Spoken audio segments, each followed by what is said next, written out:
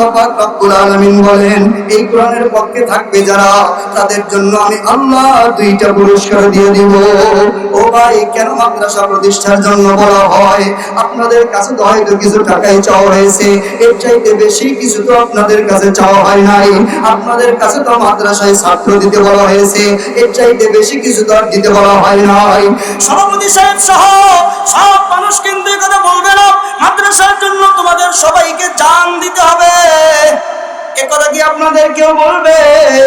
মাদ্রাসার জন্য জীবন দিতে হবে, এই ধরনের কথা কিন্তু কেউ বলবে না। ইসলামের জন্য আপনার জীবন চাই, তাজা রক্ত চাই। মাদ্রাসা প্রতিষ্ঠা করার জন্য আপনার জীবন দিয়ে দিতে হবে, সন্তান দিতে হবে, এই ধরনের কথা কিন্তু আমার বাইরে কেউ বলে না। ও ভাই, মাদ্রাসাকে ভালোবাসতে হবে আল্লাহর জন্য, মাদ্রাসায় সন্তান দিতে হবে আল্লাহর জন্য, মাদ্রাসায় দান করতে হবে আল্লাহর জন্য। কিন্তু কেন? সাহাবায়ে কেরামের জীবনী আপনারা খুলুন, সেই সাহাবীদের সাথে আমরা জান্নাতে যেতে চাই। সেই সাহাবীরা আল্লাহর কোরআনের পক্ষে থেকেছেন, কোরআনের জন্য যাদের জীবনের অর্থ ব্যয় করেছেন, টাকা ব্যয় করেছেন, সম্পদ ব্যয় করেছেন, তাদের জীবনীটা কেমন? মুসলমান ভাই, আল্লাহর পয়গম্বরের একজন সাহাবীর নাম হলো হযরত উমাইর ইবনে হাবিব। মুসলমান ভাইরা আমার, রোমানদের সাথে যুদ্ধ হবে, আল্লাহর পয়গম্বরের এই সাহাবী নাম হলো তার হযরতে উমাইর। রোমানদের সাথে যুদ্ধ হবে। বাবাজিরা, আপনারা মনোযোগ সরাবেন না, আপনারা একটু সময়ের জন্য দিলটা নরম করে দেন। আমরাও তো মুসলমান, আপনারাও তো মুসলমান। তাদের ঈমান আর আমাদের ঈমানের ভিতরে পার্থক্য কোথায়? তাদের ইসলামের জন্য জাগরণ, আমাদের জাগরণের জন্য পার্থক্য কোথায়? হযরত উমাইর ইবনে হাবিব রাহমাতুল্লাহি আলাইহি মুসলমানদের পক্ষ হয়ে লড়াই করতেছেন। রোমানদের সাথে যুদ্ধ হবে, রোমানদের সাথে মুসলমানদের যুদ্ধ। এই যুদ্ধের ভিতরে হযরতে উমাইর ইবনে হাবিব রাহমাতুল্লাহি আলাইহি সহ আরো দুইজন মুসলমান রোমান খ্রিস্টান বাহিনীর কাছে ধরা পড়ে যায়। কাদের কাছে ধরা পড়ছে? কি বিরক্ত হইতেছেন আপনারা? আপনাদের শুনতে কষ্ট হইতেছে? আমার বলতে না কষ্ট, আপনাদের শুনতে কি কষ্ট হওয়ার কথা? বাচ্চারা যেতেছে, যাক আলহামদুলিল্লাহ, মজমা এত সুন্দর দেখে আমি খুশি। আল্লাহ তাআলা যেন আমাদের কবুল করেন, বলেন আল্লাহুম্মা আমিন। নাম কি ভাই? হযরত উমাইর ইবনে হাবিব। এই উমাইর ইবনে হাবিব রাহমাতুল্লাহি আলাইহি তিনজন মুমিন মুসলমান উনি সহ ধরা পড়ে গেছেন রোমক বাহিনীর কাছে। কাদের কাছে ধরা পড়ছেন? রোমের খ্রিস্টান বাহিনীর কাছে তারা ধরা পড়ে গিয়েছেন। এখন রোমানদের কাছে ধরা পড়ার পরে রাজা বলতেছে মন্ত্রী পরিষদের সদস্যদেরকে ডেকে, আচ্ছা মন্ত্রী মহাশয়, এই মুসলমান তিনজন যারা আমাদের কাছে ধরা পড়লো, এদের কি করা যায়? ভালো করে বুঝবেন, তাদের ঈমান আর আমাদের ঈমানের ভিতরে পার্থক্য কোথায়? আমাদের ঈমান আমাদেরকে তো মসজিদ পর্যন্তই নেয় না, আমাদের ঈমান আজও পর্যন্ত আমাকে ঘুষ থেকে ফিরালো না, আমাদের ঈমান আজও পর্যন্ত মা বোনদেরকে পর্দার ভিতরে ঢুকালো না, আমার ঈমান আজও পর্যন্ত আমাকে মাদ্রাসার সাথে গুরুতরভাবে ইনভলভ করলো না, আজও পর্যন্ত আমার ঈমান আমাকে সিনেমা থেকে ফিরালো না, আজও পর্যন্ত আমার ঈমান আমাকে আজও পর্যন্ত গুনাহ থেকে ফিরালো না, জিনাহ থেকে ফিরালো না। আমার ঈমান কি করে আমাকে 1,20,000 বছরের রাস্তা পাড়ি দিয়ে জান্নাতে নিয়ে যাবে? বিবেকের কাছে প্রশ্ন রাখা দরকার। আমার ঈমান আমাকে বানাতে হবে সাহাবায়ে কেরামের মতো। ও প্রিয় মুসলমান ভাই, আমি শুধুমাত্র ওয়াজ করার জন্য আসি নাই, আমি আপনার বিবেকের দরজায় কড়া নাড়াতে চাই, আপনার বন্ধ দুয়ারকে আমি খুলে দিতে চাই। সাহাবায়ে কেরামের মতো ঈমান বানান, মৃত্যুর পরে হাসতে হাসতে জান্নাতে চলে যান, বলেন সুবহানাল্লাহ। নাম কি বলেন তো দেখি? হযরত উমাইর ইবনে হাবিব। নামটা একটু বড় মনে হয়। হযরত উমাইর, নাম কি? হযরত উমাইর ধরা পড়ছেন কাদের কাছে? রোমান খ্রিস্টান বাহিনীর সাথে মুসলমানদের গুরুতর লড়াই। এই লড়াইয়ে হযরত উমাইর ইবনে হাবিব সহ আরো দুইজন ব্যক্তি ধরা পড়ছেন।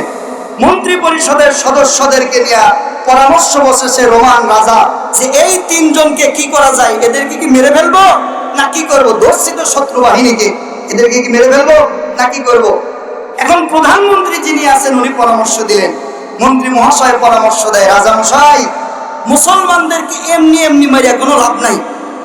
রাজা, এখনো আমরা মুসলমানদের থেকে তাদের রাজ্যকে ছিনিয়ে নিতে পারিনি, যুদ্ধে বিজয় লাভ করতে পারি নাই। আমাদেরকে তো লক্ষ্য আর উদ্দেশ্য হলো দুইটা।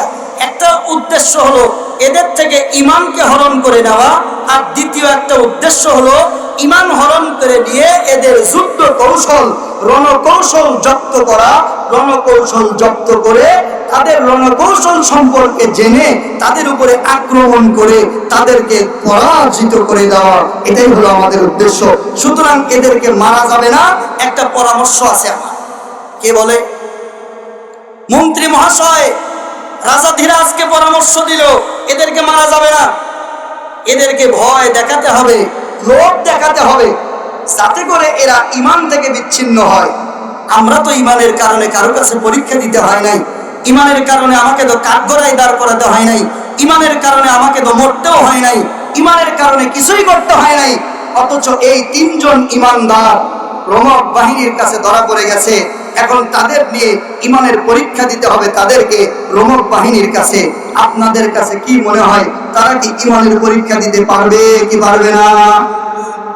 মন্ত্রীকে বলে রাজা, এই তোমার কি পরামর্শ বলো দেখি। এবার মন্ত্রী বলে, এদেরকে তিনজনকে নিয়ে আসেন, নিয়ে আসার পরে আমি যা কওয়ার তা কই। এখন মন্ত্রী একজন সৈন্যকে অর্ডার দিল, নিয়ে আসো। সৈন্য হযরত উমাইর ইবনে হাবিব রাহমাতুল্লাহি আলাইহি সহ তিনজনকে নিয়ে আসলেন খ্রিস্টান রাজার দরবারে। প্রিয় ভাই সব কান খাড়া করে শোনেন, ঈমান কাকে বলে আজকে বুঝে যান। আমরাও তো 24 অক্ষরের কালেমাই পড়ছি, তারাও তো 24 অক্ষরের কালেমাই পড়েছে, কিন্তু তাদের 24 অক্ষরের কালেমার দাম কত আর আমাদের 24 অক্ষরের পাওয়ার আর মর্যাদার দাম কত, একটু বুঝে যান। মুসলমান ভাইরা আমার, এবার বলল এই তিনজনকে রাজার দরবারে তোমরা নিয়ে আসো। তিনজনকে যখন রাজার দরবারে নিয়ে আসা হলো, মন্ত্রী এবার বলে, শোনো উমাইর ইবনে হাবিব, তোমাদের কাছে আমাদের এক নাম্বার দাবি হলো, তোমাদের সামনে অপশন হলো দুইটা। এক নাম্বার অপশন হলো এই যে দেখো, তোমরা যদি ঈমানকে পরিত্যাগ করো তাহলে এই রাজ্যের একটা অংশ তোমাদেরকে দিয়ে দেওয়া হবে। তোমরা ঈমান ছেড়ে দাও। ঈমান ছেড়ে দেওয়ার পরে মুসলমানরা কোন কায়দায় কোন দিক দিয়ে আক্রমণ করবে এটা বলো। এটা বললে তোমাদেরকে অনেক ধন সম্পদে দেওয়া হবে, একটা রাজ্যের গভর্নরিও তোমাদেরকে দিয়ে দেওয়া হবে। যদি তোমরা এটা না করো তাহলে তোমাদেরকে নিশ্চিত মৃত্যুর মুখে পড়তে হবে। এবার হযরত উমাইর ইবনে হাবিব রাহমাতুল্লাহি আলাইহি ওই রোমান বাহিনীর সামনে দাঁড়ায়া, ওই রোমান রাজার সামনে দাঁড়ায়া বলে, শোনো মুসলমানের কাছে শুধুমাত্র রাজ্য নয়, তোমরা আমাকে দিলে কতটুকু দিতে পারবে? এই রাজ্যের একটা গভর্নর বানায় দিতে পারবে, কিন্তু আমি যে কালিমা পড়েছি ওই কালিমার দাম তো শুধুমাত্র একটা রাজ্য বিক্রি করলে হয় না। তোমরা যে রোম সম্রাট, এই সম্রাটের যত যত এরিয়া সেটা বিক্রি করলেও হবে না, এই দুনিয়া বিক্রি করলেও হবে না। তোমরা তো সারা দুনিয়া দিতে পারবে না, শুধুমাত্র একটা রাজ্য দিতে পারবে। আর এই কালেমা নিয়ে যদি আমি রবের দরবারে যাই, আমার রব আমাকে 24 অক্ষরের কালেমার বদলতে 10টা দুনিয়ার সমান একটা জান্নাত দিয়ে দিবে। তোমরা যা করার তা করো, আমরা কিন্তু তোমাদেরকে ঈমান দিতে পারবো না। এবার মন্ত্রী বলতেছে, রাজা মহাশয় এদেরকে এরকম করে হবে না। এবার রাজা বলে, তাহলে কি করা যায়? ওই এদের জন্য একটা পরামর্শ হলো, রাজ্যের ভিতরে আপনি ঘোষণা করে দেন যাতে প্রত্যেকটা মানুষ রাজ্যের এই খবরটা পেয়ে যায়। আগামীকাল 10টার সময় আপনার রাজপ্রাসাদের খোলা ময়দানের সামনে আপনি রাজ্যের সব নারী আর পুরুষদেরকে জমা করতে বলেন। এই সব মানুষগুলো যখন জমা হয়ে যাবে, আমরা তাদেরকে একটা যন্ত্রণাদায়ক মৃত্যু দেব। এবার রাজা বলে, কি ধরনের? আপনার এই আগে যে রাজপ্রাসাদ আছে, এই রাজপ্রাসাদের খোলা ময়দানের সামনে একটা অগ্নিকুণ্ডলী সাজান। মুসলমান ভাইরা আমার, এই তো আপনি মনোযোগ দিয়া শোনেন। রাজা এবার বলে, শোনো, ধুলিকে বলে তুমি ঢোল দিয়া দাও। দাও, রাজ্যের সব মানুষকে জানায় দাও উমাইর ইবনে হাবিব রাহমাতুল্লাহ আলাইহি সহ যেই দুইজন ইমানদারকে নিয়ে আসা হয়েছে, দুইজন ইমানদারকে আগামীকাল 10টার সময় আগুনের ভিতরে পোড়ায় মারা হবে। একটু মনোযোগ দিয়ে আপনারা শোনার চেষ্টা করেন। আগুনের ভিতরে তাদেরকে পোড়ায় মারা হবে। এবার আমার ভাইরা ওই তিনজন মুমিন মুসলমান রেডি হয়ে যায়। এবার রাতের বেলা পরীক্ষা খনন করিয়া এর ভিতরে আমার ভাইরা লাকড়ি যা দেওয়া হয়, এর ভিতরে আগুন যা জ্বালানো হয়। এবার রাতের বেলা তাকে প্রস্তাব নিয়ে যাওয়া হলো। এখনো পর্যন্ত তোমাদের কাছে প্রস্তাব হলো, হয়তো তোমরা ঈমান দিবা, না হয় তোমাদেরকে আগুনের ভিতরে পুড়ে মরতে হবে। এবার বলে তোমরা যা করার করো, আমরা মরতে পারবো, কিন্তু আমরা ঈমান কখনো দিতে পারবো না। এবার সকাল যখন হয়ে যায়, রাজ্যের ভিতরে হাজার হাজার মানুষ এসে আমার ভাইরা রাজপ্রাসাদের সামনে উপস্থিত হয়ে গেল। এবার রাজা মন্ত্রীকে বলে, মন্ত্রী মহাশয়, একজন সৈন্যকে দিয়ে জেলের ভিতর থেকে এই তিনজন মুমিন মুসলমানকে ধরে আনো। এই তিনজন মুমিন মুসলমানকে ধরে আনা হলো। ধরে আনার পরে ওই মন্ত্রী বলে, শোনেন, আগে লিডারকে কিন্তু মারা যাবে না, আগে ওর দুইজনের ভিতরে একজন যিনি আছেন ওই একজনকে আনার পর আগুনের ভিতরে নিক্ষেপ করুন, আগুনের ভিতরে নিক্ষেপ করে তাকে হত্যা করে দাও। ও মুসলমান, কোন ইতিহাস লিখছে কেতাবের ভিতরে। এবার ওই তিনজনের ভিতর থেকে একজনকে নিয়ে আসিয়া আগুনের সামনে যখন রাখা হয়, এবার মন্ত্রী মহাশয় একজনের কানে কানে গিয়ে বলে, শোনো, এই সামনে তোমাকে আগুনের ভিতরে রাখা হবে, এই আগুনের ভিতরে তোমাকে পুড়াইয়া মারা হবে। এখন কি তুমি আগুনের ভিতরে পুড়িয়া মরবা না, লাশ একটা চান্স দেওয়া হবে, এই চান্সের ভিতরে হয় তুমি বেঁচে যাবে, না হয় আগুনের ভিতরে।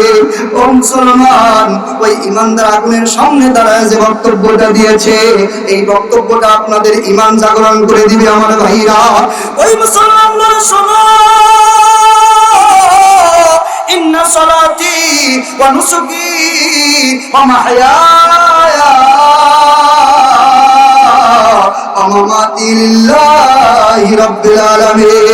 মুসলমান শুধুমাত্র আল্লাহর জন্য নামাজ পড়তে পারে না, না, আল্লাহর জন্য যেমন তারা নামাজ পড়তে পারে, আল্লাহর জন্য যেমন তারা হজ করতে পারে, আল্লাহর জন্য যেমন তারা যাকাত দিতে পারে, আল্লাহর জন্য যেমন তারা হজ করতে পারে, আল্লাহর জন্য যেমন ভাবে তারা মাদ্রাসা বানাইতে পারে, আল্লাহর জন্য যেমন তারা দান আর সদকা করতে পারে, ওই মুসলমানের সামনে আল্লাহর কথা যখন আসে, যেরকম ভাবে আল্লাহর জন্য নামাজ পড়ে, যেরকম ভাবে আল্লাহর জন্য হজ করে, যেই রকম ভাবে আল্লাহর জন্য যাকাত দেয়, আল্লাহর জন্য জিকির করে, ওই রকম ভাবে আল্লাহর জন্য জীবন দিতে পারে। আমি আগুনের ভিতরে পড়তে পারবো, কিন্তু আমি ঈমান ছাড়তে পারবো না। এবার মন্ত্রী একজনকে ইশারা দেয়, ওকে তোমরা আগুনের ভিতরে ফলাইয়া দাও। মুসলমান ভাইরা ওকে ধরে আগুনের ভিতরে যখন ফলাইয়া দেওয়া হলো, আগুনের ভিতরে ফলাইয়া দেওয়ার পরে তার হাড্ডি আলাদা, মাংস আলাদা। এবার বলেন তো দেখি, বাদ বাকি দুইজন যারা আছে তাদের সাথে কি আত্মা আছে? আত্মা কি থাকার কথা?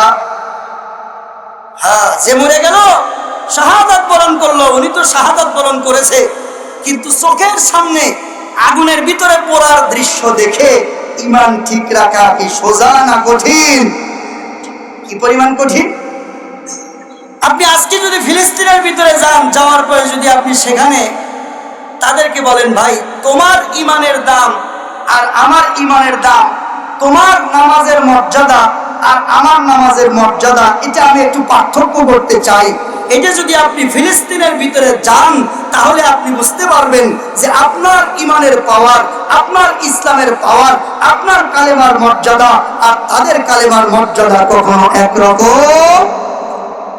সব আছে, এরপরেও তো আমরা মসজিদে নামাজ পড়তে যাই না, সব আছে, এরপরেও তো আজও পর্যন্ত পর্দা করতে পারলাম না, সব আছে, এজন্য আজও পর্যন্ত তো আমার ঘরের ভিতর থেকে ডিশ লাইন দূর হলো না, সব আছে আমার, আজও পর্যন্ত হক কথায় ব্যবসা করতে পারলাম না, সব নিরাপত্তা ব্যবস্থা আছে আমার, আজকে মসজিদে গেলে কেউ আমাকে বাধা দেয় না, আমি যদি মাদ্রাসায় যাই কেউ আমাকে বাধা দেয় না, আজ যদি আমি কোরআনের পক্ষে কথা বলি এখনো পর্যন্ত কেউ সেভাবে বাধা দেয় না, আজও পর্যন্ত আমি যদি আল্লাহর কালেমার আওয়াজ নিয়ে দাঁড়াই আমাকে সেইভাবে কেউ বাধা দেয় না, আজও পর্যন্ত পর্যন্ত আমি যদি কোরআনের পক্ষে আমল করতে চাই, সুদ না খাই, কেউ আমাকে ঘাট ধরে সুদ খাওয়াই না।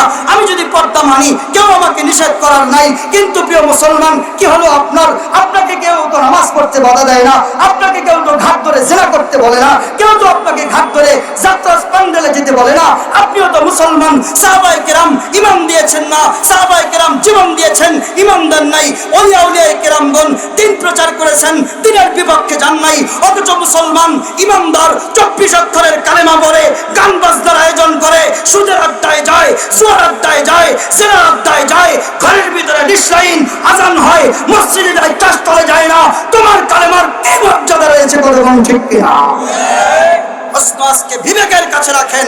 উমাইর ইবনে হাবিব রাহমাতুল্লাহ আলাইহি সহ দুইজন আরো একজন সাহাবী জেলখানার ভিতরে, তাদেরকে সরাই নিয়ে যাওয়া হলো, জেলখানার ভিতরে নিয়ে যাও, এদের ব্যাপারে সিদ্ধান্ত আগামীকাল জানানো হবে। বসা হলো, গোল মিটিং বসলো। বসে কয় যে মন্ত্রী, এদেরকে তো মারিয়া লাভ হয় না, তাহলে কিভাবে এদেরকে রপ্ত করা যায়? এই ভালো করে বুঝে যান। আপনাদের খারাপ লাগতেছে? পাস চলবে কি চলবে না? আচ্ছা, কারা কারা শুনতে রাজি একটু দুই হাত তুলে দেখান। লিল্লাহে তাকবীর। মুসলমান ভাই, একটু মনোযোগ দিয়ে শোনার চেষ্টা করেন। এবার মন্ত্রীকে রাতের বেলা রাজা ডেকে বলে, শোনো, এদেরকে তো জীবন নিয়ে কাজ হয় না, তাহলে কি করা যায়? মুসলমান ভাইরা আবার খেয়াল করে, মন্ত্রী এবার বলে, শোনেন মহাশয়, মুসলমানদেরকে জীবনের ভয় দেখায় কোনো লাভ নাই। মুসলমানদেরকে অন্য কায়দায় ইসলাম থেকে, ঈমান থেকে দূরে সরাইতে হবে। এবার রাজা বলে, কি কায়দা? মন্ত্রী বলে, শোনেন, এদেরকে আমি একটা এমন কৌশল বলবো, সেই কৌশলের দ্বারা এদেরকে ঈমান থেকে দূরে সরানো যাবে। 1 নম্বর কৌশল হলো, এদেরকে আমরা জেলখানার ভিতরে বন্দী করে রাখি।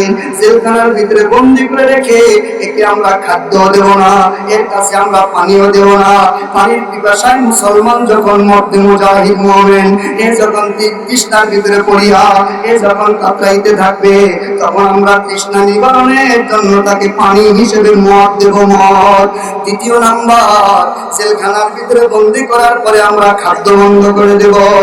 খাদ্য বন্ধ করে দেওয়ার পর ক্ষুধার জ্বালায় অস্থির হয়ে যখন খাদ্য বলবে, আমরা খাদ্য হিসেবে হালাল কিছু দেব না, খাদ্য হিসেবে আমরা ওই মুসলমান উমাইর ইবনে হাবিব সহ আমরা তাকে শুয়োরের গোশত দেব। এবার চিন্তা করেন, এবার রাজা বলে, এটা করলে কি লাভ হবে? ভাই আপনি জানেন না, ইমানদারকে ডাইরেক্ট ইমানের থেকে নেওয়া যায় না, ইমান তাদেরকে ডাইরেক্ট ইমান থেকে তাদেরকে নেওয়া যায় না। ওদেরকে আগে সুদ খাওয়াইতে হয়, ওদেরকে আগে হারাম খাওয়াইতে হয়। হারাম খাওয়ার পর ওদের ইমান ঢিল হয়ে যায়, ওদের ইসলাম যখন দড়ি ঢিলা হয়, তখন ওদেরকে দিয়া কোরআন হাদিসের বিরুদ্ধে লাগানো যায়। এই জন্য আমি একটা কৌশল করলাম। 1 নাম্বার, ওদেরকে আমরা পানি দেব না, পানিতে মারবো, পানি না দিয়ে দেব মদ। মদ খাওয়ার পরে মাতাল হবে, এরপরে শুয়োরের গোশত হারাম খাবে, হারাম খাওয়ার পরে ওদের ঈমান ঢিলা হয়ে যাবে। এরপরে একটা ইহুদি পাদ্রীর সুন্দরী মেয়ে আছে, অর্থাৎ খ্রিস্টান পাদ্রীর সুন্দরী মেয়ে, এই সুন্দরী মেয়েটাকে সাজাইয়া গোছাইয়া জেলখানার ভিতরে দিয়ে দেওয়া হলো। এবার বলেন তো, বিপদ তাদের সামনে কয়টা? 1 নাম্বার বিপদ, খাদ্য নাই, কি নাই? 2 নাম্বার বিপদ, পানি নাই। 3 নাম্বার বিপদ হলো যা আছে তাও হারাম। পানি নাই, পানির বদলে মদ। খাদ্য নাই, খাদ্যের বদলে শুয়োরের গোশত। এখন বলেন তো দেখি, মদ খাইলে কি মাথা ঠিক থাকে? ঠিক থাকে। মদ খাইলে বউকে গিয়া কি কয়? মা কয়। মদ খাইয়া যখন বউকে মা বলার অবস্থা হবে, তখন এ গিয়া সুন্দর সুরসিতুন্নি রমণী, তার আপন রূপ যৌবন মুসলমান উমাইর ইবনে হাবিব জেলখানার ভিতরে বন্দী থাকবে। ওর সামনে গিয়া যখন সুন্দরী রূপসী সরসী তন্নী রমণী, সুন্দর মহিলা যখন তার রূপ সৌন্দর্য প্রকাশ করবে, তখন সে মাতার অবস্থায় তার সাথে জেনা করবে। আর জেনা করলে তার ঈমান ঢিল হয়ে যাবে। পরের দিন আপনি ঈমান তাকে ইসলাম থেকে দূরে সরাতে পারবেন, ওদের রণকৌশল জানতে পারবেন, পরের দিন আক্রমণ করে মুসলমানদেরকে পরাস্ত করতে পারবেন। আপনার উদ্দেশ্য হাসিল হয়ে যাবে। বলেন নাউজুবিল্লাহ। ইহুদি এবং খ্রিস্টানদের এটা একটা ষড়যন্ত্র। তারা সবসময় মুসলমানদেরকে বলে না, ডাইরেক্ট কোনোদিন মুসলমানদেরকে বলবে না যে তোমাদের কোরআন চলবে না, ডাইরেক্ট তারা কোনোদিন বলবে না যে হাদিস চলবে না, ডাইরেক্ট কোনোদিন বলবে না যে আল্লাহর নবী পয়গম্বর মুহাম্মদ সাল্লাল্লাহু আলাইহি সাল্লামের সুন্নাত চলবে না সমাজে। এটা ইহুদি খ্রিস্টানরা কোনোদিন বলবে না। কোন ইহুদি খ্রিস্টান বলবে না যে কোরআন বন্ধ, বলবে না, বলবে না যে আল্লাহর পয়গম্বর চলবে না, রাসূলের আদর্শ চলবে না। এরা সুকৌশলে, শিক্ষিত বাবাজি, যুবক ভাই, শিক্ষিত যারা আছেন তারা জানেন ওয়ার্ল্ড ব্যাংক বিশ্ব ব্যবস্থাটাই এরকম। আপনি হুজুর হন, মাওলানা হন, ইসলামিক কান্ট্রি হন আর যেই হন, সারা বিশ্বের অর্থনৈতিক অবস্থা হলো এরকম। ব্যাংকের সাথে লেনদেন করা ছাড়া, সুদের ব্যবসার সাথে ব্যাংকের লেনদেনের সাথে জড়িত হওয়া ছাড়া আপনার অর্থনৈতিক আদান প্রদান 99% অসম্ভব। এখন বলেন তো দেখি, ব্যাংকে সুদ আছে না নাই? ব্যাংকে সুদ আছে না নাই? ওরা চালু করে দিছে এরকম, চালু করে দিয়ে এখন মুসলমান দেশ যারা আছে এরাও সুদ খায়। মুসলমান দেশের ভিতরে যারা আছে সুদ দিয়ে সব চলতেছে। ব্যবসা যারা করে, ব্যাংকে থেকে লোন নিতে যাবে, ব্যাংকে থেকে লোন নিতে গেলে সুদ ছাড়া কি আর লোন দিবে? সুদ ছাড়া কোনো ব্যাংক কথা বলে না। এখন সুদ খাওয়া হালাল না হারাম? হারাম। হারাম যখন খায়, হারাম যখন খায় তখন তার সামনে ইমানের অবস্থাটা এই পরিমাণ নীল হয়, তার সামনে রসুলের সুন্নত জলাঞ্জলি হয়ে গেলে কিছু মনে হয় না। হারাম খেয়ে যে তার ইমানের পাওয়ারটা নষ্ট হয়ে গেছে। ওরা ভালো করেই জানে এটা আজ নয়, শুধু সেই তৎকালীন সময় থেকে নিয়ে ইতিহাস আপনাকে জানতে হবে প্রিয় ভাই সব। তারা এই কথা কেন বলেছিল? এই পলিসি তারা এই কারণে গ্রহণ করেছিল, মুসলমানদেরকে ডাইরেক্ট কোরআনের বিরুদ্ধে যখন কথা বলে, তখন হতে পারে লোকটা নামাজ না পড়ে, হতে পারে লোকটা রোজা নিয়মিত করে না, হতে পারে তার ইমান আমলের তেমনটা ঠিক নাই, কিন্তু সরাসরি যখন রসুলের বিরুদ্ধে কথা বলা হয়, সরাসরি যখন যে কোনো পরাশক্তি হোক না কেন কোরআনকে নিয়ে ব্যঙ্গ করে, আল্লাহকে নিয়ে ব্যঙ্গ করে, রসুলকে নিয়ে ব্যঙ্গ করে, তখন শুধুমাত্র এই সারা পৃথিবী উপমহাদেশ নয়, বাংলাদেশের ভিতরে মাদ্রাসাওয়ালারা নয়, আপনারা জানেন পার্শ্ববর্তী দেশের একটা বড় লোক যখন আল্লাহর পয়গম্বরকে নিয়ে কটূক্তি করেছিল, জগন্নাথ বিশ্ববিদ্যালয়, ঢাকা বিশ্ববিদ্যালয়, নটর ডেম কলেজের আল্লাহর রসুল প্রেমিক ছাত্ররা হুজুরদের আগে আল্লাহর নবীর ইজ্জতের জন্য মাঠে ময়দানে নেমেছিল। ঠিক কিনা? আল্লাহর নবীর বিরুদ্ধে, কোরআনের বিরুদ্ধে সরাসরি কথা বলে যত বড় ব্যক্তি হোক, প্রভাবশালী রাষ্ট্রই হোক, মুসলমানদের সামনে পার পাবে না। কথা বলেন ঠিক কিনা? এজন্য কৌশল পাল্টাইছে, কই সুদ খাওয়াও, সুদ খাওয়া, কই খালি সুদ খাওয়ালে তো হবে না, ঘরে ঘরে ডিশের লাইন তৈরি করে দাও। দিছে ডিশের লাইন তৈরি করে দেওয়ার পরে কই বাংলাদেশের চ্যানেল দেওয়া হয় না, ভারতের চ্যানেল আমদানি করো। কথা বলেন ঠিক না? ঠিক। ও মুসলমান ভাইরা, আপনার যেই চোখ দিয়ে কোরআন দেখার কথা, আপনার যেই চোখ দিয়ে মক্কা মদিনা দেখার কথা, আপনার যেই চোখ দিয়া আল্লাহ তাআলার অপার নিয়ামত দেখার কথা, সেই চোখগুলো কেন আজকে টিভির পর্দায়? সেই চোখগুলো কেন আজকে নগ্ন পর্দায়? সেই চোখগুলি কেন কোরআন দেখার পরিবর্তে টিভির সিরিয়াল দেখায় ব্যস্ত? করে বলেন ঠিক কি? আজকে আমার হাতে ক্ষমতা নাই। আমার হাতে ক্ষমতা থাকলে আমি সর্বপ্রথম এই বাংলাদেশের সব যুবকদের, যুবতীদের চরিত্র ধ্বংস করার 1 নম্বর হাতিয়ার ইন্টারনেটের উপরে, আমি ইন্টারনেটের উপরে স্যাংশন আরোপ করতাম। বিদেশি যেই সমস্ত চ্যানেলগুলি নগ্ন ছবি দেখায়, তাদের ইন্টারনেট সেবা, তাদের নেট সেবা এবং তাদের টিভি চ্যানেলগুলি বাংলাদেশে সর্বপ্রথম বন্ধ করে দিতাম। চলবে না এগুলো বাংলাদেশে? অধিকার তোমাকে কে দিয়েছে মুসলমানদের ইমান আমলগুলি ধ্বংস করার? আজ নতুন করে আপনাকে ইমানের দাওয়াত নিতে হবে, নতুন করে আপনাকে কোরআন বুঝতে হবে, নতুন করে আপনাকে ইমানের দীপ্ত শপথ নিয়ে এখান থেকে যেতে হবে। কথা কোন ঠিক কিনা? কি মনে করেছেন আপনি ইমান এত সোজা না? 10 টাকা আপনি সেনা 10 টাকা নিয়ে বাজারে দেন, দেখেন একটা খানা চকলেট আপনাকে দেয় না কে? 10 টাকা তো একটা চকলেটের দাম 8 আনা। আপনারা 4 আনা দামের চকলেট খাইছেন কখনো? 4 আনায় চকলেট, 1 টাকায় চকলেট পাওয়া গেছে 4 দিয়া। ওই আমলেও যদি আপনি 4 আনা চকলেট, সেই চকলেট 4 আনায় পাওয়া যায়, এরকম একটা চকলেট কেনার জন্য 2 দিকে সেনা 10 টাকা নিয়ে আপনি যান, যা বলেন ভাই 4 আনার চকলেট 10 টাকায়, দিবে আপনাকে? কেন দিবে না? কম তো দেখি, মানুষ তো ভালো, আপনারা সব বোঝেন, দিবেন না কেন? দিবে না এই কারণে তোমার 10 টাকা টাকা ঠিক, তবে সচল টাকা নয়, অচল টাকা। অচল 10 টাকায় কানা করিও পাওয়া যায় না, বলুন ঠিক কিনা? ঠিক সেরকম ভাবে আপনার আমার ইমানকে অচল করলে হবে না, শুধুমাত্র ইমান আনলে হবে না, ইমানটা আল্লাহর কাছে সচল হতে হবে, বলুন ঠিক না? ঠিক। সচল ইমান গুনাহ করলে হয় না নেকের কাজ করলে হয়? নেকের কাজ। এবার উমাইর ইবনে হাবিব রাহমাতুল্লাহ আলাইহি রোমানদের জেলখানার ভিতরে বন্দী, মনে আছে আপনাদের? জেলখানার ভিতরে নিয়ে তাদেরকে বন্দী করে দেওয়া হলো। জেলখানার ভিতরে বন্দী। এখন কন্দ দেখি, গরমের দিনে রোজা একটু কষ্ট আছে না নাই? গরমের দিনে রোজা 15 ঘন্টা রোজা রাখলি আমাদের কলজা গলার কাছে চলে আসে, আসে কি আসে না? গলা শুকায়া দিন শেষে কাঠ হয়। ইফতারের আগে পানি নিয়ে বসলে 4 রকমের শরবত, আরো 2-1টা বোতল নিয়ে বসে ভাবখানা এরকম হয়। আমারও গরমের দিনে এই যে রোজাটা গেল, মনে হয় ইফতারের আগ মুহূর্তে যেই 1 গ্লাস দিয়ে হবে না, দুনিয়া শুদ্ধ খাম করা, ঠিক কিনা? কিন্তু যখন এই যে আপনার ইফতার হয়ে যায়, ওই সময় পানি খাইতে খাইতে পেট ফুলে ওঠে, আর খাওয়া ভালো লাগে না। 17 ঘন্টার রোজা। উমাইর ইবনে হাবিব রাহমাতুল্লাহ আলাইহি রোমানদের জেলখানার ভিতরে বন্দী। একদিন পার হয়ে গেছে, উমাইর ইবনে হাবিব রাহমাতুল্লাহ আলাইহিকে 1 ঢোক পানি পর্যন্ত দেওয়া হয় না। ভাই সব মনে রাখেন, ইমানদার তো তারাও, ইমানদার তো আমরাও। হযরত উমাইর ইবনে হাবিব দিন শেষে কারারক্ষীটাকে ডাক দিয়ে বলল, ভাই গলা শুকিয়ে কাঠ হয়ে গেছে আমার, একটু মেহেরবানি করো, আমাকে তোমরা একটু পানি দাও। জেলারের কাছে চলে গেল কারারক্ষী, যা বলে, জেলার, উমাইর ইবনে হাবিব মুসলমান বন্দী, যিনি আমাদের জেলখানার ভিতরে বন্দী, এই বন্দী আমাদের কাছে পানি চায়, পানির ব্যবস্থা করা যায় না?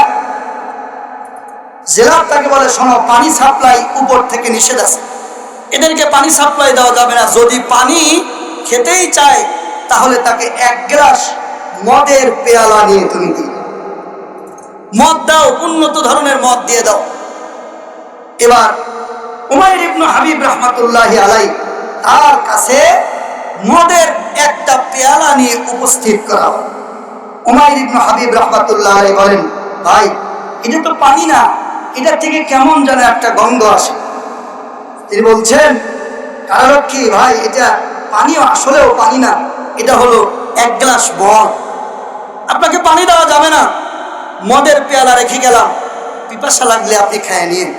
ভাই সব আমরা হলে ফতোয়া দিতাম যে মানুষ যখন মরা নিকটবর্তী হয়, মৃত্যুর নিকটবর্তী হয়, ওই সময় একটু একটু হারাম খাওয়া যায়, জীবন বাঁচে তো বাঁচে, এরকম অবস্থায় একটু খাওয়া যায়। বলতাম কি বলতাম না? কিন্তু ভাইরা আমার, উমাইর ইবনে হাবিব রাহমাতুল্লাহি আলাইহি গ্লাসটা আমার ভাইরা মদের পেয়ালাটা এরকম ভাবে হাতে নিলেন। মদের পেয়ালাটা হাতে নিয়ে একবার বলে যে আমি মরে যাব, এরপরেও হারাম খেতে পারবো না। মুসলমান ভাইরা আবার খেয়াল করেন, উমাইর ইবনে হাবিব 24 ঘন্টা পার হয়ে যায়, এরপরেও উমাইর ইবনে হাবিব রাহমাতুল্লাহি আলাইহি আমার ভাইরা শুকায়া কাঠ হয়ে গেছে গলা, এরপরেও পানি যখন দেয় না, উনি খায়ও না। মদের পেয়ালা আমার ভাইরা সামনে থেকে সরায়া সাইডে রাখলো, আর মনে মনে চিন্তা করলো, মরে যাই, মরেই যাব, এরপরেও কিন্তু আমি মদের পেয়ালা আমি হাতে নিব, মুখে নিব না। মুসলমান ভাই, আমার ভাইরা, দ্বিতীয় দিন যখন পার হয়ে যায়, উমাইর ইবনে হাবিব রাহমাতুল্লাহি আলাইহি বলেন, এবার তো তোমরা আমাকে একটু পানি দাও, আর তো আমার সহ্য হয় না। উমাইর ইবনে হাবিবকে বলে, শোনো, তোমাকে পানি দেওয়ার কোনো অনুমতি নাই। এবার বলতেছে, খাদ্য যদি দেয় তাহলে খাদ্যের ভিতরে হয়তো রসালো কোনো খাদ্য পাওয়া যাবে, ওই রসালো খাদ্য থেকে আমি তৃষ্ণাটাও মিটিয়ে নিব। এবার জেলের কারারক্ষীকে বলে, শোনো ভাই, আজকে 2 দিন যাবত আমি কিছু খাই নাই, এই 2 দিনের ভিতরে তোমরা দানা পানি দাও নাই, মেহেরবানি করিয়া তোমরা ওকে কিছু দাও। ক্ষুধার যন্ত্রণা তো আর সহ্য হয় না। এবার বলে, শোনো, তোমার সামনে খাদ্য হিসেবে শুয়ারের ভুনা গোস্ত আছে, খেয়ে নাও। উমাইর ইবনে হাবিব রাহমাতুল্লাহ আলাইহি বলেন যে না না, আমার রব তো শুয়ারের গোস্ত খাওয়া হারাম করেছেন, আমি শুয়ারের গোস্ত খাওয়া তো দূরের কথা, শুয়ারের গোস্তটা ছুঁয়েও দেখবো না। ও ভাই, একদিন যখন পার হয়ে যায়, এবার 2 দিন পার হয়ে গেল, উমাইর ইবনে হাবিব রাহমাতুল্লাহ আলাইহি খায়ও না, পানও করে না। এবার 3 দিন পার হয়ে যায়, 3 দিনের দিন উনি কোনো খায়ও না, পানও করে না। আবার ওই যে খ্রিস্টান পাদ্রীর ষোড়শী সুন্দরী তমনি আমার রমণী উমাইর ইবনে হাবিব রাহমাতুল্লাহ আলাইহির কাছে প্রতিদিন সকালবেলা সাজগোজ করে সুন্দর করে আসিয়া তার কাছে বলে, উমাইর, আমাকে পাওয়ার জন্য হাজার হাজার যুবক লাইন ধরে বসে আছে। উমাইর গো, তোমাকে মেহনত করতে হবে না, একটা বার তুমি আমার দিকে তাকাও, আমার রূপ আর যৌবন উপভোগ করো। তুমি যদি চাও তোমার সাথে আমি যা ইচ্ছা তাই করতে বসতো। হযরত উমাইর ইবনে হাবিব রাহমাতুল্লাহ আলাইহি তার সাথে জিনার ভিতরে লিপ্ত হওয়া তো দূরের কথা, ইতিহাসের কিতাবের মধ্যে লেখে হযরত উমাইর ইবনে হাবিব রাহমাতুল্লাহ আলাইহি তার দিকে একটা নজরও তাকায়া দেখে না। আমার ভাইরা 3 দিন পরে আমার ভাইরা ওই যে রাজা মশাই ডাকলো, মন্ত্রীকে ডেকে বলে, মন্ত্রী মহাশয়, এবার রিপোর্টটা দাও দেখি উমাইরের খবর কি। এবার মন্ত্রী বলে, না না, তাকে ঈমান থেকে খারেজ করা সম্ভব হয় নাই, আমাকে আর কয়েকটা দিন আপনি সময় দেন। এবার হযরত উমাইরকে ঈমান থেকে খারেজ করার জন্য রাজা মশাই তাকে আরো 4 দিন সময় দিল। এবার বলেন তো দেখি 3 আর 4 মিলে কত হয়? 7 দিন সময় আছে। কয় দিন সময়? 7 দিন। 7 দিনের ভিতরে প্রত্যেক দিন মদের পেয়ালা হাতে নেয়া আর গোস্তের ভুনা, গোস্ত মানে কিসের গোস্ত? খাসির গোস্ত, শুয়োরের গোস্তের 1 পেয়ালা, তার ভুনা একটা প্লেট, তার হাতে আর এক হাতে হলো শরাব মদ, এই 2টা নিয়ে প্রত্যেক দিন সকালে সাজগোজ করে সুন্দর করে সে জেলখানার ভিতরে যায়। জেলখানার ভিতরে গিয়ে তার সামনে রূপ যৌবন প্রকাশ করে আর খাদ্যটা দেয়, পানির মদের পেয়ালাটা তাকে দেয়। প্রিয় ভাই সব, আমি গাঁজাখুরি কোনো ইতিহাস আপনাকে বলছি না, একজন ইমানদারের ইমান দীপ্ত দাস্তান থেকে আমি আপনাকে শোনাইতেছি সত্য ঘটনা। প্রিয় ভাই সব, 6 দিন পার হয়ে গেছে। কয় দিন পার হয়ে গেছে? 6 দিন। 6 দিন পার হয়ে যাওয়ার পরে ওই যে মহিলা প্রত্যেক দিন সাজুগুজু করে হযরত উমাইরের কাছে যায়, 7ম দিনের দিন মন্ত্রীকে বলতেছে, মন্ত্রী মহাশয়, আজকের দিনই শেষ দিন। একটা মানুষ তো 1 দিন 2 দিন না খেয়ে থাকতে পারে, এরপরে তো মানুষটা ক্ষুধার যন্ত্রণায় অচেতন হবে, না হয় মারা যাবে। 3-4 দিন পরে এই ব্যক্তি যদি পানি না খায় তাহলে তো 3-4 দিন পরে পানি শূন্যতায় এমনিতেই সে মারা যাবে। কিন্তু কি আজীব ব্যাপার, উমাইরকে তো 7 দিন যাবত খানা দেওয়া হয় না, উমাইরকে তো 7 দিন যাবত পানিও দেওয়া হয় না, কিন্তু উমাইর এই 7 দিনের ভিতরে তো মরেও না। 7ম দিন আপনার কাছ থেকে আমি চেয়ে নিলাম, এই 7ম দিন আমাকে আপনি সুযোগ দেন, এই 7ম দিনের মধ্যে আমি তাকে ইসলাম থেকে, ঈমান থেকে আমার সমস্ত রূপ লাবণ্য তার সামনে পেশ করে আমি তার থেকে ঈমানকে বাহির করতে পারি কিনা, একটা দিন আমাকে সুযোগ দেন। মন্ত্রী বলে, রাজার কাছ থেকে আমি সুযোগ যে নিয়েছিলাম, আজকের দিনই তোমার শেষ দিন, এই দিনের ভিতরেই তোমাকে ঈমান থেকে খারেজ করতে হবে, উমাইর ইবনে হাবিবকে খ্রিস্টান বানায় দিতে হবে, তাকে হারাম খাওয়াতে হবে। আমার ভাইরা বলেন তো দেখি, কয় দিনের না খাওয়া? মুসলমান ভাইরা আমার, এবার 7ম দিনের দিন আরো সুন্দর করে সাজগোজ করে ওই খ্রিস্টান সুন্দরী মহিলা এক হাতের ভিতরে আমার ভাইরা মদের পেয়ালা, আর এক হাতের ভিতরে হারাম গোশতের পেয়ালা নিয়া হযরত উমাইর ইবনে হাবিব রাহমাতুল্লাহি আলাইহির কাছে যায়। মুসলমান ভাইরা আমার খেয়াল করেন, হযরত উমাইরের কাছে গিয়ে বলে, উমাইর তো লোহে হায়া পাথর, উমাইর গো, তুমি কি বলো? তুমি আসলেই বলো তো দেখি, তুমি কি মানুষ না লোহা? তুমি মানুষ না তামা? তুমি মানুষ না পাথর? হযরত উমাইরকে ওই সুন্দরী নারী প্রশ্ন করে।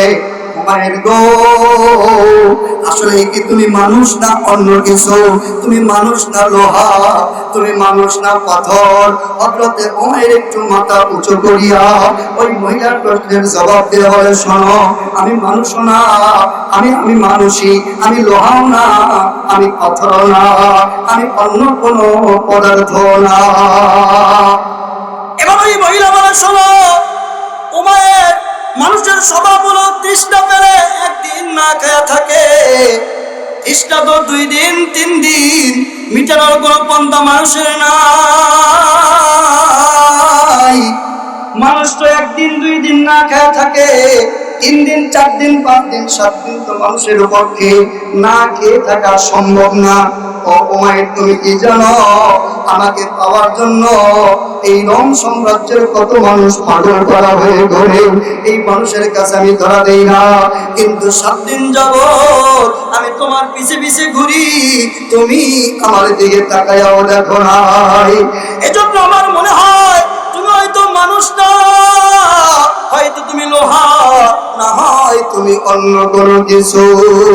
এবার আমার ভাইরা হযরতে উমাইর ইবনে হাবিব রাহমাতুল্লাহি আলাইহি বলেন, শোনো শোনো, আমি মানুষ, আমি লোহাও না, পাথরও না। এবার ওই মহিলা বলে, তাহলে কোন জিনিস তোমাকে এই 7 দিন বাঁচায়া রাখলো? কোন জিনিস তোমাকে হারাম খাওয়ার থেকে ফিরালো? কোন জিনিস তোমাকে হারাম পান করার থেকে ফিরালো? কোন জিনিস তোমাকে আমার দিকে চাওয়ার থেকে ফিরালো? ও মুসলমান ভাই, এখানেই তো আমার তার ইমানের সাথে পার্থক্য, এখানেই তো তার জান্নাত আর আমার জান্নাতের সাথে পার্থক্য, এখানেই তো তার ইসলাম আর আমার ইসলামের সাথে পার্থক্য। মুসলমান ভাই, আপনার কাছে আমি এই বিষয়টা একটু পরবর্তীতে জানাই। কবিতার ভাষায় বড় চমৎকার করে বলেন, শোনেন। আপনারা বিরক্ত হইতেছেন নাকি? কি বিরক্ত হইতেছেন আপনারা? শুনতে কি আপনাদের কষ্ট হয়? বলতে তো আমার কষ্ট হতেছে, এরপরেও আল্লাহ চাইলে আমি বলতেই থাকবো ইনশাআল্লাহ। মুসলমান ভাইরা আমার কবিতার ভাষায় বড় চমৎকার করে বলেন, শোনো, মানুষ কেন এরকম করে? দর্দ দিল কি আরজু সে पैदा किया इंसान को, वरना तात के लिए तुम न थे कर दिया। এ ভাই, একটাবার কি তুমি আর আমি চিন্তা করে দেখছি, আল্লাহর ইবাদত করার জন্য তো আসমানি যথেষ্ট ছিল, আল্লাহর ইবাদত করার জন্য তো ফেরেশতা কম ছিল না, আল্লাহর ইবাদত করার জন্য তো মাছের সংখ্যা কম নাই, আল্লাহর ইবাদত করার জন্য তো পশু পাখির সংখ্যা কম নাই। কিন্তু মুসলমান ভাই, আল্লাহর ইবাদত করার জন্য আল্লাহ পাক রব্বুল আলামিন শুধুমাত্র আমার আর তোমাকে বানাই নাই, তাহলে কোন জিনিসের জন্য আল্লাহ বানাইলো? কবিতার ভাষায় বড় চমৎকার করে বলেন, দর্দ দিল কি আরজু সে पैदा किया इंसान को, वरना ताअत के लिए कम न थे कर दिया। আমল ইবাদত করলে আল্লাহর কোনো লাভ নাই, আমি আর তুমি আমল ইবাদত না করলে আমার ভাইরা আল্লাহর কোনো ক্ষতিও নাই। আমি যদি দান না করি, আল্লাহর কি এক পাঞ্জর ভেঙে যাবে? নাউজুবিল্লাহ। আমি আর আপনি যদি দান না করি, তাহলে বলেন তো দেখি আল্লাহর কোনো ক্ষতি হবে? আমি আর আপনি মসজিদ মাদ্রাসা না করলে আল্লাহর কিছুই হবে না। আমি আর আপনি মাদ্রাসায় 1 টাকা না দিলেও আল্লাহর কিছুই হবে না। কোরআন নাজিল করেছে আমার রব, কোরআন হেফাজত করবেন আমার মালিক, তাহলে কোরআনের সাথে সম্পর্ক রাখলে আমার উপকার হবে। বিষয়টা কেমন করিয়া? আল্লাহ পাক রব্বুল আলামিন বলেন, কিয়ামতের ময়দানে এমন কিছু মানুষ হবে যাদের আমলনামায় নেকির পাল্লাটা আমার ভাইরা হালকা হয়ে যাবে, গুনার পাল্লাটা ভারী হয়ে যাবে। আমলনামা ওজন করিয়া দেখা যাবে একটা মাত্র নেকির অভাবে লোকটা জাহান্নামী হয়ে যায়। এবার লোকটা বলবে, আল্লাহ, একটাবার আমাকে সুযোগ দাও, আমি একটু আমার মায়ের কাছে, বাপের কাছে, বন্ধুর কাছে, স্ত্রীর কাছে, পুত্রের কাছে, সন্তানাদের কাছে, সবার কাছ থেকে ঘুরে আসি। আজকে হাসরের কঠিন ময়দানে আমি একটা নেকি পাই কিনা? মুসলমান ভাই, এখানে আপনাকে আমি বলি, আল্লাহ পাক রব্বুল আলামিন এখানে কি করবেন? আমার ভাইরা, একটা সময় ঘুরে আসার পরে ওই ব্যক্তিরা যখন নিরাশ হয়ে সবার কাছ থেকে ফিরে আসবে, আল্লাহ পাক রব্বুল আলামিন আল্লাহর পয়গম্বরের সুপারিশে তাকে জান্নাতে দিতে চাইবে। কিন্তু আমার আমার ভাইরা দুনিয়ার ভিতরে বিচারের কিন্তু একটা সিস্টেম আছে, আমার ভাইরা আল্লাহর বিচারের একটা সিস্টেম আছে। এবার ফেরেশতাদের কি বলবে, শোনো আমি তো এই লোকটাকে নাজাত দিতে চাই, জান্নাত দিতে চাই, কিন্তু জান্নাত দিতে হলে তোর আমলনামা ভারী হওয়া দরকার। তাহলে কি করা যায়? কয় এর আমলনামা তোমরা দ্বিতীয়বার আলোচন করো। মুসলমান ভাইরা আবার দ্বিতীয়বার আমল ওজন করার পর আবার দেখা যাবে ওই ব্যক্তির আমল আমার ভিতরে গুনার পাল্লাই ভারী, নেকির পাল্লা হালকা। এবার আল্লাহ পাক বলবেন, দেখো তো ওর আমল নামার ভিতরে নামাজ কত? বলে আল্লাহ আমল নামার ভিতরে নামাজ আছে 10 রাকাত। আল্লাহ পাক রব্বুল আলামিন বলেন 10 রাকাত নামাজ তুমি 100 রাকাত বানায়া দাও। আপনি বলবেন হুজুর আপনার পকেটের কথা। না না, আল্লাহ পাক রব্বুল আলামিন বলেন মান জাআ বিল হাসানা ফালাহু আশরু আমসালিহা। আমার কাছে যারা কিয়ামতের ময়দানে একটা নেকি নিয়ে আসবে, আমার রহমতের দরিয়ায় যখন জ্বলবে, আমি আল্লাহ একটা নেকিকে 10 গুণ পর্যন্ত বাড়াইয়া দেব। একটু জোরে বলেন সুবহানাল্লাহ। আর একটু জোরে বলেন। এখন বলেন তো দেখি, 1 টাকা দান করলে কোরআন অনুযায়ী কিয়ামতে কত টাকা পাওয়া যায়? এই একটা লোক উঠবেন না। এখন বলবেন হুজুর 1 টাকা দান করলে 10 টাকা বাঁচবে, বিষয়টা বুঝলাম, কিন্তু আমি যদি 10 টাকা সওয়াব দিয়েও জান্নাতে যেতে না পারি, 1 টাকাতে 10 টাকা দিবে, এই 10 টাকা দিয়েও যদি আমি জান্নাতে যেতে না পারি, তাহলে কি আমি জাহান্নামে যাব নাকি? আল্লাহর পয়গম্বর বলেন না না, আল্লাহ পাক রব্বুল আলামিন ঘোষণা করবেন 1 এ 10 দিয়া কি হয়েছে? কয় না না, এর আমলনামার ভিতরে 1 এ 10 দিয়াও হয় নাই। আল্লাহ পাক বলবেন শোনো, 1 এ 10 দিয়া যখন হয় না, তখন আমার ঘোষণা 1 টাকার সওয়াব 70 টাকা পর্যন্ত বাড়াইয়া দাও। বলেন তো দেখি 1 কত হয়ে গেল? 1 রাকাত কত রাকাত হবে? তাহলে লাভ না লস? এখন এমন কিছু মানুষ পাওয়া যায় যে মানুষের আমলনামায় 1 গুণ 10 গুণ বাড়াইলেও হয় না, 170 দিয়ে গুণ দিলেও হয় না। আল্লাহ পাক রব্বুল আলামিন বলেন আমি আল্লাহর রহমতের দরিয়ার ভিতরে এই পরিমাণ জোশ একটা সময় উঠবে। কোরআন শরীফে আছে, শুনেন। মাসালুল্লাযীনা ইউনফিকুনা আমওয়ালাহুম ফি সাবিলিল্লাহ। আল্লাহ পাক বলেন মাসালুল্লাযীনা ইউনফিকুনা আমওয়ালাহুম ফি সাবিলিল্লাহ। আল্লাহর রাস্তায় যারা দান করে, এ বাবা, এই তুমি ওঠো কেন? এই ছেলে, প্রিয় ভাই, সব কি পেশাব লাগছে আপনার? পেশাব লাগলে ওঠার অনুমতি আছে, তবে আপনারা যদি পেশাব করতে যান তাহলে আমিও পেশাব করতে চাই। আপনারা কি আমাকে ছুটি দিবেন? আমি যদি কই যে ভাই এই 5 মিনিট আমাকে ছুটি দেন, আপনারা বসে থাকেন, থাকবেন? যে আপনারা আমার থেকে ছুটি নেবেন কেন? আল্লাহ পাক বলেন মাসালুল্লাযীনা ইউনফিকুনা আমওয়ালাহুম ফি সাবিলিল্লাহি কামাসালি হাববাতিন আমবাতাত 7 সানাবিলা ফি কুল্লি সুমবুলাতিন মিআতু হাব্বা।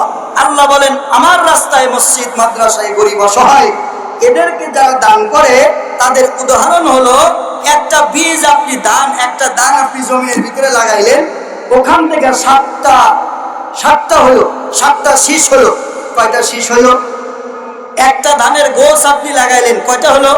7টা। আল্লাহ পাক বলেন কামাসালি হাববাতিন আমবাতাত 7 সানাবিলা ফি কুল্লি সুমবুলাতিন মিআতু হাব্বা।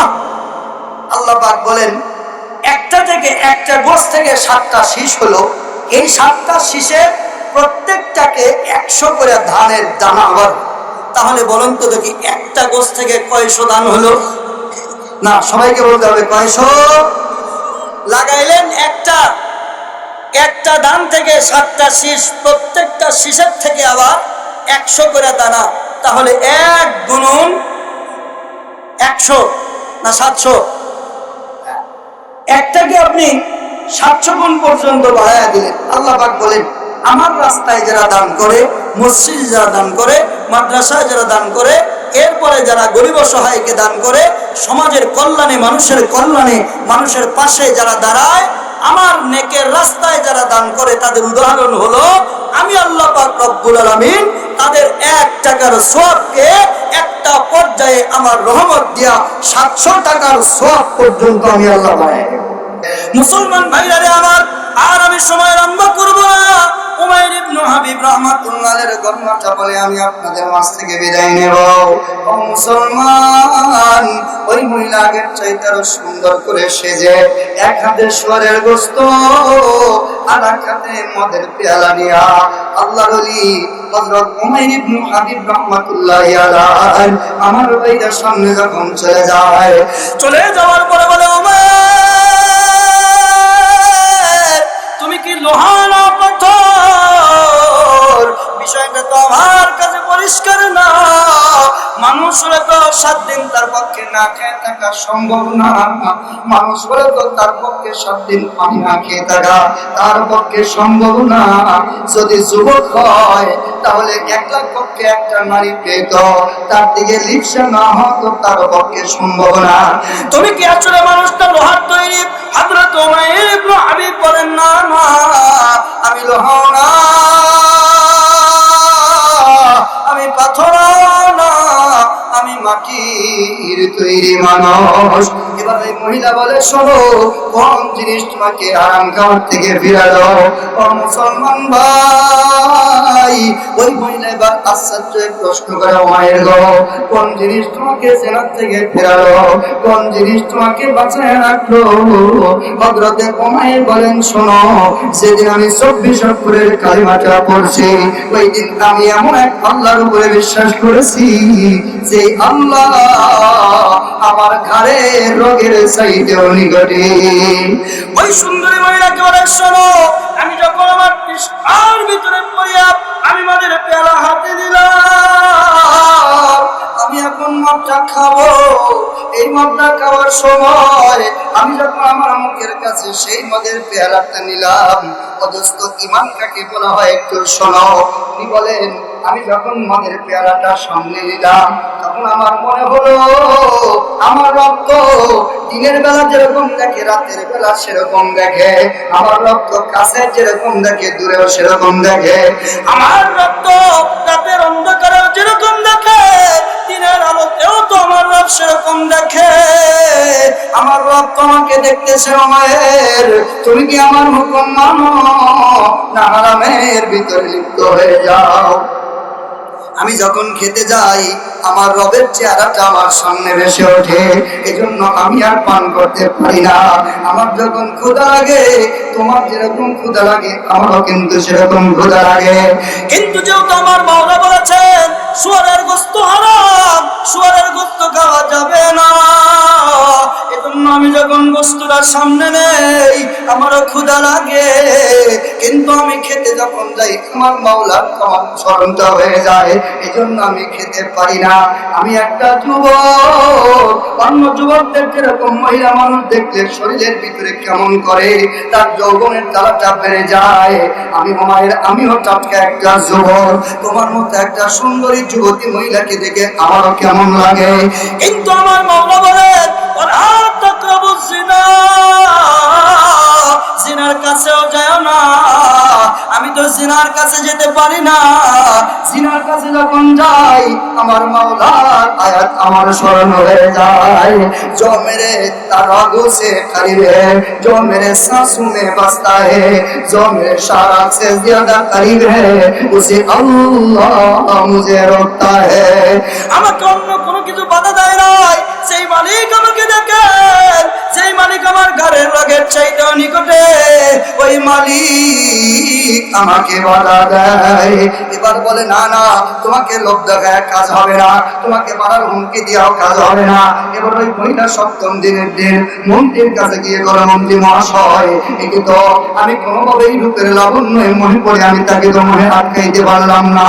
এবার জেলার গিয়ে আবার 7 দিনের ভিতরে দানাও খায় না, 7 দিনের ভিতরে পিপাসায় পানি তো পান করা দূরের কথা, মদ পান করা তো দূরের কথা, এক ঢোক মদও পান করে নাই, এক টুকরা শুয়োরের গোশতও খায় নাই। এরকম ব্যক্তিকে কোনোদিনও এরকম ভাবে সম্ভব হবে না।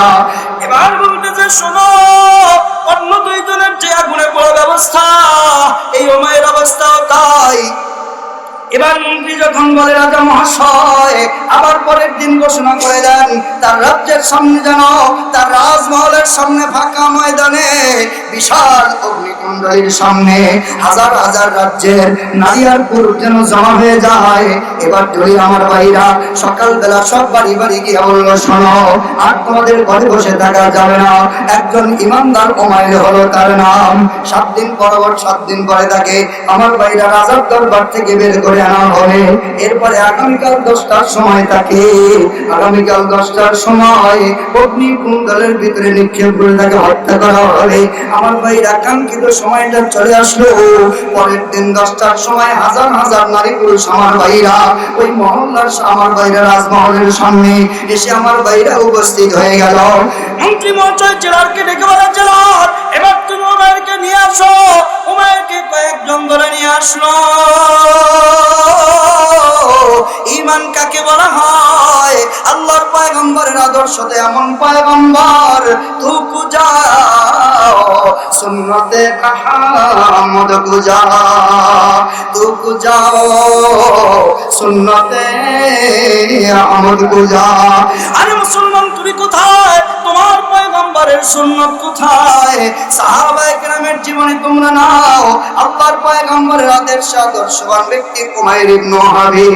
এবং আমার ভাইরা হাঁটি হাঁটি পা পা করিয়া ওই অগ্নিকুণ্ডলীর সামনে যখন যায়, ইতিহাসের কিতাবের মধ্যে লেখা হয় উনি যাচ্ছেন আর 2 চোখ বেয়ে বেয়ে পানি পড়তেছে। তার কারণ আপনাদের হয়তো মনে হয় কিছুক্ষণ পরে উমাইরের, আমার ভাইরা, আগুনের ভিতরে পুড়ে মারা যাওয়ার সময় হয়ে যাবে। এ মুসলমান ভাই, ইতিহাসের কিতাবের ভিতরে লেখা হয় মন্ত্রী আমার ভাইরা যায় বলে, উমাইর হয়তো তোমার ভিতরে চোখের পানি আসলো, হয়তো তোমার ভিতরে ভয়, এখনো সময় আছে গো উমাইর। ওই 2 জনের মতো তোমাকে আমরা আগুনের কুণ্ডলীর ভিতরে ফেলে দেব না, এখনো তোমার হাতে সময় আছে। তুমি এখনো বলো তুমি কি ঈমান ছাড়বা? হযরত উমাইর বলে, না না, আমার পক্ষে এখনো পর্যন্ত ঈমান ছাড়া সম্ভব না। মুসলমান ভাইরা আমার, এবার মন্ত্রী বলে, শোনো, তাহলে তুমি যেহেতু ঈমান ছাড়বা না, জীবন তুমি দিতেই চাও, তাহলে 2 চোখের পানি কেন জানতে চাই? এ ভাই, হযরত উমাইর ইবনে হাবিব রাহমাতুল্লাহি আলাইহি উনি যে জবাবটা দিয়েছেন, জবাবটা কত সুন্দর। হযরত উমাইর বলেন, শোনো, এ বেয়াক্কলের দল, এ আহমকের দল, এ গাদার দল, এ বেঈমান মুশরিকের দল, এ মুনাফিকের দল, এ আমার রাসূলের সৈনিকেরা, ইমানদারের সৈনিকেরা, শোন, আমি কি জন্য কান্দি? আমি উমাইরের জীবনের ভয়ে কাঁদি না। শোন রে শোন, আমি এই জন্য কান্দি, আমার মাওলা আমার পুরা দৃশ্য দেখে যদি খুশি হয়ে যায়, আমার মাওলার সামনে আমি পড়ব, আমার মাওলার সামনে আমার গোশত আলাদা হয়ে যাবে, আমার মাওলার সামনে আমার হাড্ডিগুলি আলাদা হয়ে যাবে, আমার মাওলার সামনে আমার কলিজা পড়ে যাবে, আমার মাওলার সামনে শরীরের মাংসগুলি পুরা সরকার। আমার মাওলার বড় পছন্দ। আমার মাওলার যদি পছন্দ হয়, আমি উমাইর একটা মাত্র জীবনই তো পাইছি, আমি এই জন্য কান্দি। আমার মাওলা যদি আমাকে এরপরে আবার জীবন দিত, আমি তো কিছুক্ষণ পরে আগুনে পড়ে মারা যাব। আমি কান্দি, মাওলা গো, আমাকে যেহেতু তোমার পছন্দ হয়েছে, একবার না, আমি যেন আবার মারা যাই, আবার যেন আমাকে পোড়া দেওয়া হয়, এরপরে যেন আবার জীবিত করা হয়, এরপরে যেন আমাকে যেন আবার আমার মাওলার জন্য পোড়া দেয়, এরপরে আবার যেন আমার ছাইগুলো একত্র করা হয়, এরপরে আবার যেন আমাকে একত্রিত করিয়া আল্লাহ পাক রব্বুল আলামিন দ্বিতীয়বার যেন জীবন দেয়। এরকম ভাবে আমি উমাইর 1000 বার যদি জীবন পাই, তাহলে একবার না রে মুনাফিক, একবার না রে কাফের, একবার না রে ইসলামের শত্রু, 1000 বার আমি আমার মাওলার জন্য, আমি ইসলামের জন্য, কালেমার জন্য পড়ব। জোরে কান মারহাবা, একটু জোরে আওয়াজ করে বলেন, কারা কারা জান্নাতে যেতে চান? লিল্লাহি তাকবীর, আল্লাহ তোমার জান্নাতে যাব। সকলে আমার সাথে হাত তুলে একটু নাড়া দিয়া বলেন, আল্লাহ তোমার জান্নাতে যাব। যাব, বলেন মালিক তোমার জান্নাতে যাব। নামাজ রোজা পয়রা মোরা জান্নাত কামাবো, আল্লাহ তোমার জান্নাতে যাব। নামাজ রোজা না পড়িলে টিভিটা বা ডিসলাইন টিভি দেখিলে, পর্দা পুশিদা না করিলে জাহান্নাম পাবো না আল্লাহ আমরা তোমার জান্নাতে যাব। এখন বলেন তো দেখি, আল্লাহর জান্নাতে যেতে হলে আমল করার দরকার আছে না নাই? এক নম্বর, আল্লাহর জান্নাতে যদি যেতে চাও আমলদারে খাঁটি বানাও। আল্লাহর জান্নাতে যদি যেতে চাও সাহাবীদের মতো ঈমান আর আমল বানাও। এখন আমার ভাইরা, এখন বেজে গেছে প্রায় একটা বেজে গেল, আর ওয়াজ করার কোনো নিয়মের মধ্যেই পড়ে না। তবে আপনাদের দোয়া মনে হয় এমন ভাবে আমার মাওলা কবুল করছে, আমার গলা আগের চাইতে ভালো হয়ে গেছে।